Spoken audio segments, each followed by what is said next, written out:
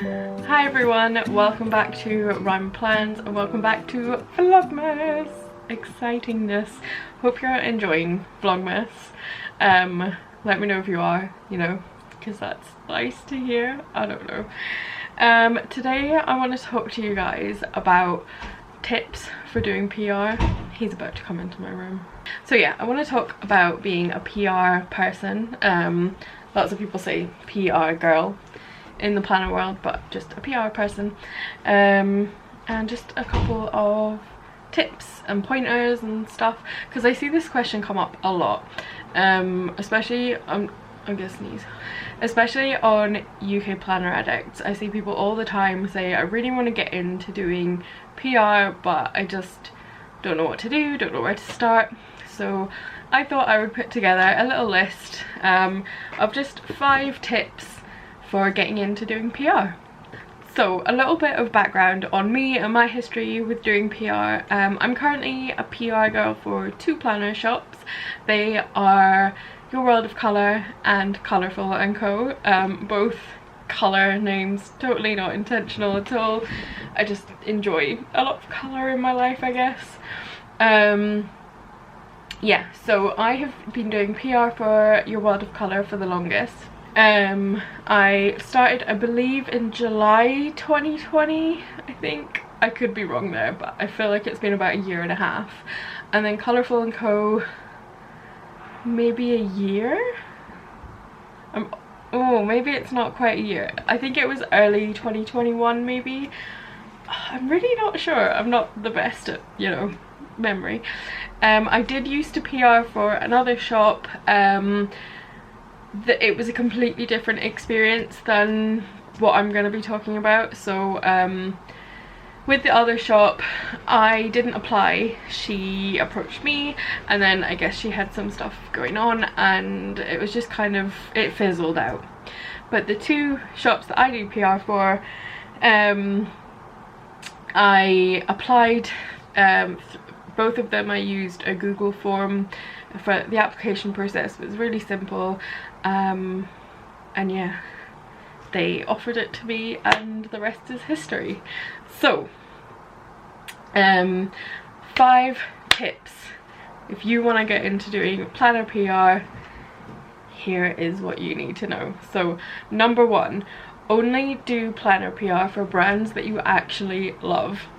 So a lot of these tips, or a few of them, are really gonna be about authenticity, and you can see someone who just wants free stickers a mile off, honestly. First of all, doing PR does not mean you're gonna get free stickers. Sometimes it does, but it could be that you get a discount or something like that, so it doesn't necessarily mean you're gonna get freebies.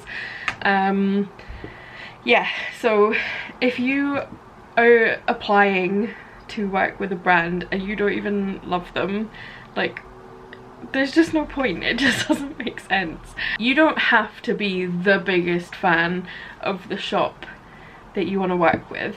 In fact, you don't necessarily have to have even bought anything directly from them before. When I started with Your World of Colour, it says in the application form, like, are you a customer of us? I said no, I've never bought from you. I had bought their stickers in D-stashes, planner D-stashes, but I'd never actually bought directly from them. But I knew that I loved their stuff. I knew I loved the way it looked, the general aesthetic, the bright colours. So I knew that I did love the brand. I just had never had the opportunity to buy directly from them before. Everything I'd tried had either been a D-stash or I'd picked it up at the Big Meat. I had a couple of kits that I got from the Big Meat and I knew I loved them. So yeah, only do it for brands that you actually love and that you actually want to work with, and that you would be happy to spend full price on all their stickers, because ultimately you're going to get the most out of it as well if you're working with brands that you actually really want to be working with. Number 2 feeds very well feeds directly into it, and that is keep your feed authentic. I cannot stress enough, be authentic. If you are advertising a brand and you don't even like them, it comes across so clearly. And you see people who will post they'll post a picture with like 20 different brands tagged in it, and they have a code for every single one of them, and it just doesn't come across authentic. And spoiler alert, I'm probably not going to use your code. I'm probably going to go and use the code of somebody who actually cares about that shop. I don't know if that makes me mean but that's how I feel, and I know that others feel the same way because I've had this conversation with a lot of both brands and customers. So the planner community can smell a rat a mile off, and if you don't really use that brand, they're gonna know about it. So the next thing kind of ties into that as well, but that is only take on what you can realistically keep up with. So personally, I am PR for 2 shops. Right now I'm not really even keeping up with 2 shops because my schedule is really busy over December with Vlogmas. If I had a bit more time though, I would maybe stretch to 1 more shop. There's only 1 more shop that right now I would ever do PR for, just because I love them so much. But I'm basically any other shop that isn't the one shop that's in my mind, I don't have time to keep up with it because the brand has certain expectations of me in exchange for the discount that they're offering or whatever benefit you get. So if you take on 20 PR gigs, what you're saying is you're fickle.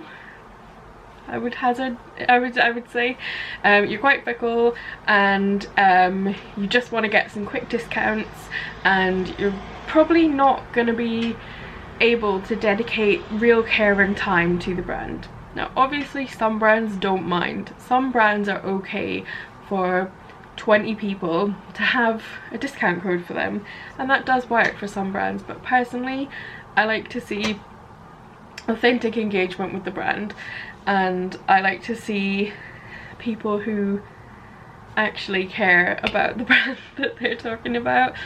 And if someone has taken on too much and they can't keep up and they are just throwing out content just to get it done, it just comes across really obviously to me anyway, and again to some others. The way I do PR is not necessarily the only way to do PR, but this is just what works for me, and I get a lot of people ask me how I got into it and if I have any tips, so this is just my experience and what I would recommend. Number 4 is actually the most important tip, and anyone who tells you otherwise is not your friend. Declare everything as an ad. Advertising standards are really, really important.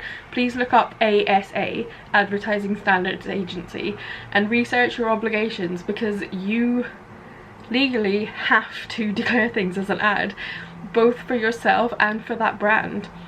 If you are not representing your brand properly and declaring things as sponsored or ad content, they prefer you to use #ad, by the way.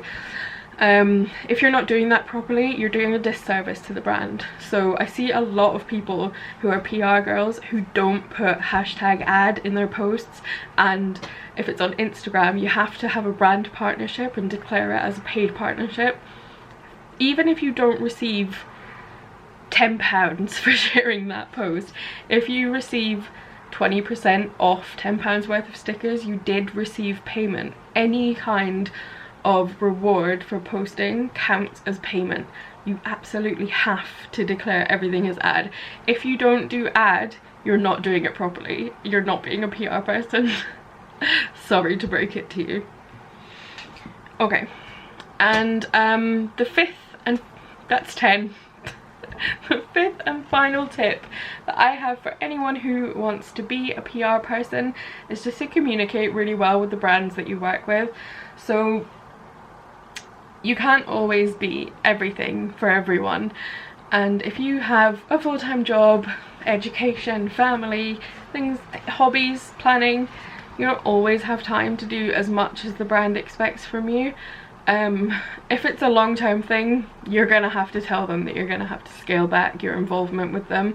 But if it's just a blip, for example, I'm doing Vlogmas right now and for the month coming up to December and the month of December, I just don't have as much time as I used to.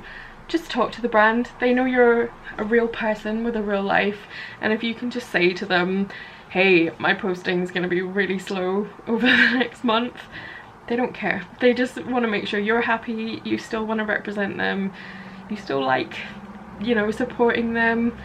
And yeah, ultimately they're people too, and you can make some really good friendships out of working together with someone in a professional capacity. So yeah, those are my 5 tips. Let me know if your 5 tips or any tips would be any different. I hope I haven't come across too harsh or judgy or anything, because I think these are quite generic tips and I think most people would agree. But yeah, let me know what you think. I'd love to hear it if you could add anything else, and I'll talk to you in my next video. Bye!